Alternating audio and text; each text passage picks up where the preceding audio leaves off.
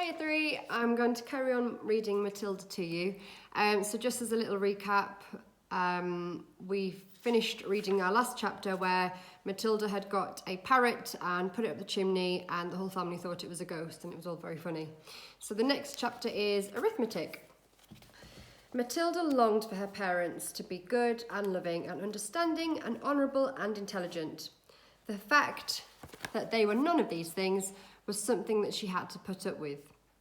It was not easy to do so, but the new game she had invented of punishing one or both of them each time they were beastly to her made her life more or less bearable. Being very small and very young, the only power Matilda had over anyone in her family was brain power. For sheer cleverness, she could run rings around them all. But the fact remained that any 5-year-old girl in any family was always obliged to do so as she was told. However, as 9 the orders might be. Thus, she was always forced to eat her evening meals out of TV dinner trays in front of the dreaded box. She always had to stay alone on weekday afternoons, and whenever she was told to shut up, she had to shut up. Her safety valve, the only thing that prevented her from going around the bend, was the fun of devising and dishing out these splendid punishments, and the lovely thing was that they seemed to work, at any rate, for short periods. The father, in particular, became less cocky and unbearable for several days after receiving a dose of Matilda's magic medicine. The parrot in the chimney affair quite definitely cooled both parents down a lot for over a week. And for over a week, they were comparatively civil to their small daughter. But alas, this couldn't last. The next flare-up came one evening in the sitting room. Mr. Wormwood had just returned from work. Matilda and her brother were sitting quietly on the sofa, waiting for their mother to bring in their TV dinners on a tray. The television had not yet been switched on. In came Mr. Wormwood in a loud check suit and a yellow tie. The appalling broad orange and green check of the jacket and trousers almost blinded the onlooker. He looked like a low-grade bookmaker dressed up for his daughter's wedding, and he was clearly very pleased with himself that evening. He sat down in an armchair and rubbed his hands together and addressed his son in a loud voice. "Well, my boy," he said, "your father's had a most successful day. He's a lot richer tonight than he was this morning. He has sold no less than 5 cars, each one at a tidy profit. Sawdust in the gearboxes, the electric drill on the speedometer cables, a splash of paint here and there, and a few other little clever tricks, and the idiots were all falling over themselves to buy." He fished a bit of paper from his pocket and studied it. "Listen, boy," he said, addressing the son and ignoring Matilda. "Seeing as you'll be going into this business with me one day, you've got to know how to add up the profits and make it at the end each day. Go and get yourself a pad and pencil and let's see how clever you are." The son obediently left the room and returned with writing materials. "Write down these figures," the father said, reading his bit from the paper. "Car number 1 was bought by me for £278 and sold for £1,425. Got that?" The 10-year-old boy wrote down what he told him on the two separate amounts, slowly and carefully. "Car number 2, the father went on, cost me £118 and sold it for £760. Got it?" "Yes, Dad, I've got that." "Car number 3, £111 and sold for £999.50. Say that one again," the son said. "How much did it sell for?" £999.50, the father said. "And that, by the way, is another one of my nifty little tricks to diddle the customer. Never ask for a big round figure.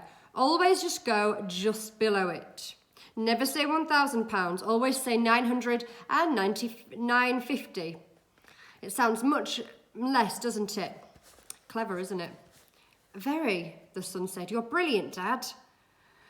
Car number 4 cost £86. A real wreck that was, and sold for £699.50. Not too fast, the son said, writing the numbers down. Right, I've got it. Car number 5 cost £637 and sold for £1,649.50. You got all these figures down, son? Yes, Daddy, the boy said, crouching over his pad and carefully writing. Very well, the father said.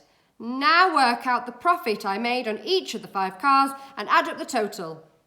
Then you'll be able to tell me how much money your brilliant father made altogether today.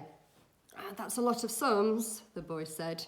Of course it's a lot of sums, the father answered. But when you're in big business like I am, you've got to be hot stuff at arithmetic. I've practically got a computer inside my head. It took me less than 10 minutes to work out the whole thing. You mean you did it in your head, Dad? The son asked, goggling. Well, not exactly, the father said. Nobody could do that, but it didn't take me long. When you finish, tell me what you think of my profit was for the day. I've written the total profit down on a piece of paper and I'll tell you if you're right. Matilda said quietly, Dad, you made exactly £4,303.50 altogether. Don't butt in, the father said. Your brother and I are busy with high finance. But Dad... Shut up, the father said. Stop guessing and trying to be clever. Look at your answer, Dad, Matilda said gently. If I've done it right, it ought to be £4,303.50. Is that what you've got, Dad? The father glanced down at the paper in his hand. He seemed to stiffen.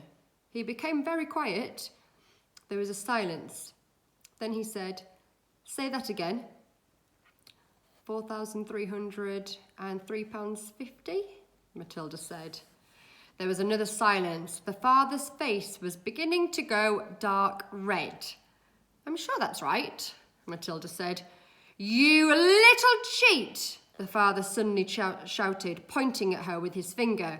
You've looked at my bit of paper. You read it from what I've got written here. Daddy, I'm on the other side of the room, Matilda said. How could I possibly see it? Don't give me that rubbish, the father shouted. Of course you looked. You must have looked. No one in the world could give me the right answer just like that, especially a little girl. You're a cheat, madame. That's what you are, a cheat and a liar. At that point, the mother came in carrying a large tray on which there were 4 suppers.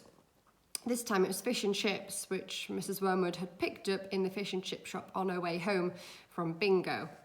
It seemed that bingo afternoons left her so exhausted, both physically and emotionally, and that she never had enough energy to cook anything of an evening.